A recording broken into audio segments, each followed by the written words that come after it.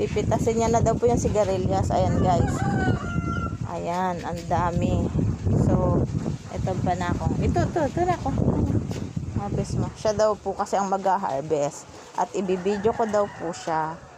Ang galing ng batang to. Lagay mo dito na akong. Oh. Ayan. Oh. Ito pa na akong. Oh. Yan. Oh. Sige. Dahan-dahan lang. Para hindi masira. Ayan pa. Ayan. Oh. Yung 3. Yan. Yung 3. Ito. Yan. Yung mataas, hindi na ako na mag-harvest ng iba. Ayan. Oh, sige. Dahan-dahan. Uy. Uy. Ayan guys. Na-harvest ni Jared. Ayan. Yung nandun pa. Ayan o, nandun sa ilalim dun.